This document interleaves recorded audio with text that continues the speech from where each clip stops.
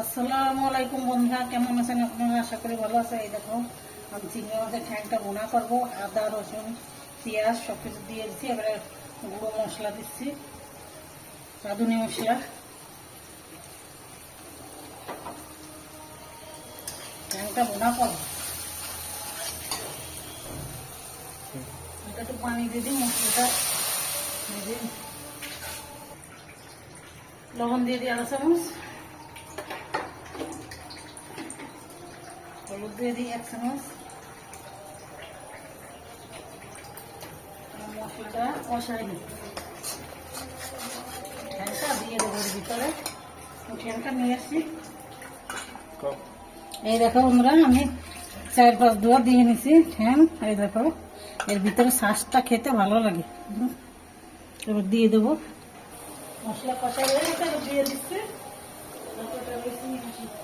এরকম মশলা দিয়ে কষাই নিচ্ছি। এই ঠ্যাংটা না শুধু খেতে ভালো লাগে। এটা আপনারা এই ভিতরের যে শাঁসগুলো না, ওইগুলো খেতে খুব সুন্দর লাগে। আর এগুলো খাওয়া উপকার আছে। ভালো করে কষাই নিই, তারপরে অল্প একটু পানি দেবো। এটা শুধুই খাবে, ভালো লাগে খেতে।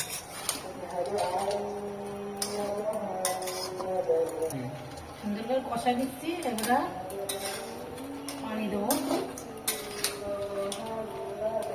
একটু পানি দিয়ে দেবো। এবার পানি দিয়ে দিছি, আর পানি দেবো না, কারণ এটাই হয়ে যাবে। এবার ঢাইকে দেবো আমি, লড়াই ছাড়াই ঢাইকে দিই। এটা আর পানি দিয়ে লাগবে না, এই যে পানি দিচ্ছে এইটাই হয়ে যাবে। আপনারাও এই রেসিপিটা বাসায় তৈরি করেছি। এটা খুব সুন্দর লাগে। চিংড়ি মাছের ঠ্যাং সব জায়গায় পাওয়া যায়। এবার 5 মিনিট হয়ে যাক, তারপর আপনাদের দেখাবো। অনেক কাজ করেছি, থালা বাটি এক গাদা ধুয়েছি, ঘরটা মুছেছি, সব গুছাইছি। এবার আমি গোসল করে নামাজ পড়বো। দেখো, এটা টেস্ট করে দেখুন। সেই স্বাদ হয়েছে, সেই স্বাদ হয়েছে বন্ধুরা। এবার আমি আমার ছেলে বলতে, মা একটু ধুন্দল রান্না করো, খেতে খুব মজা হয়েছে। আগে একদিন রান্না করেছি, এখন ধুন্দলটা রান্না করবো। এটা রাইখে দিই আমি। এটা বন্ধ করে দিবা? বন্ধুরা বন্ধ করে দিচ্ছি। চলো এবার ধুন্দলটা রান্না করি। রসুন, জিরে, কাঁচা ঝাল তরকারিটা দেবো। এই দেখো ধুন্দল, আলু কষাই নি।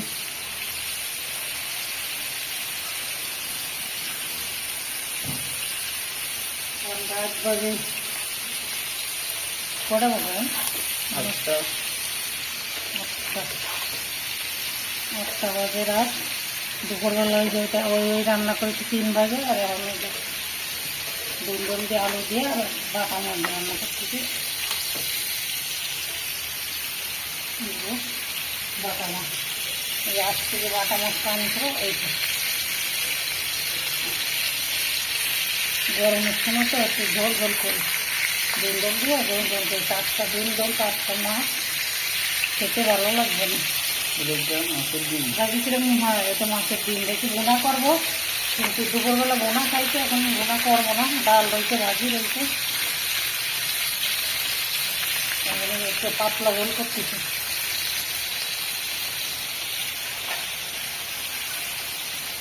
একটু কষের পানি দিয়ে দিচ্ছি। কষের পানি দিয়ে একটু ঢাইকে দিই। হলুদটা একটু কম দিছি, ধুন্দল নরম তরকারি। এবার ঢাইকে দিই, এটা কষাই হয়ে যাক, মাছটা ভাজবেন।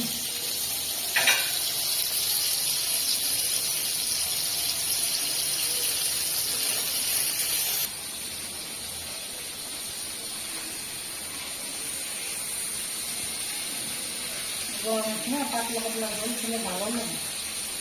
ডাল, টক জিনিস, পিঠে জিনিস। এবার ধনে পাতা দিয়েছি। আলুও গলে গেছে, আর এটাও গলে গেছে, ধুন্দলটাও গলে গেছে। এই দেখো, আলুটাও গলে গেছে, ধনে পানি দিয়ে দিচ্ছি। এবার মাছটা দিয়ে দিচ্ছি।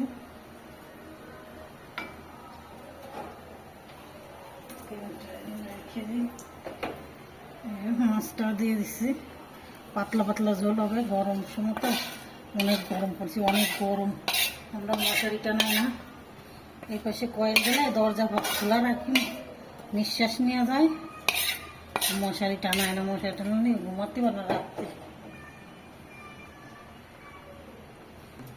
দরজা খোলা রাখি, কয়েলের গন্ধটা চলে যায় আর বাতাস আসে, ওই দেখতে মশারিটা টানা না, অনেক গরম পড়েছে, অনেক গরম।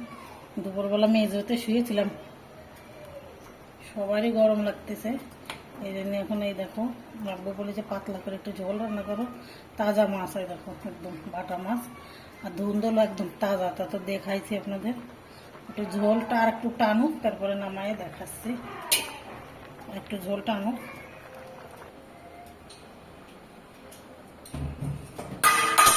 তো দেখো বন্ধুরা কত সুন্দর হয়েছে কালারটা, খেয়ে দেখি কেমন স্বাদ হয়েছে। সেই স্বাদ হয়েছে বন্ধুরা, তাজা মাছ, তাজা তরকারি, খুব সুন্দর হয়েছে, পাতলা পাতলা ঝোল। আপনারা এই রেসিপিটা বাসায় তৈরি করে খেতে এবারে গরমের সময় পাতলা ঝোল খাবে আর টক টক খাবে, তিতেও খাতে পারো।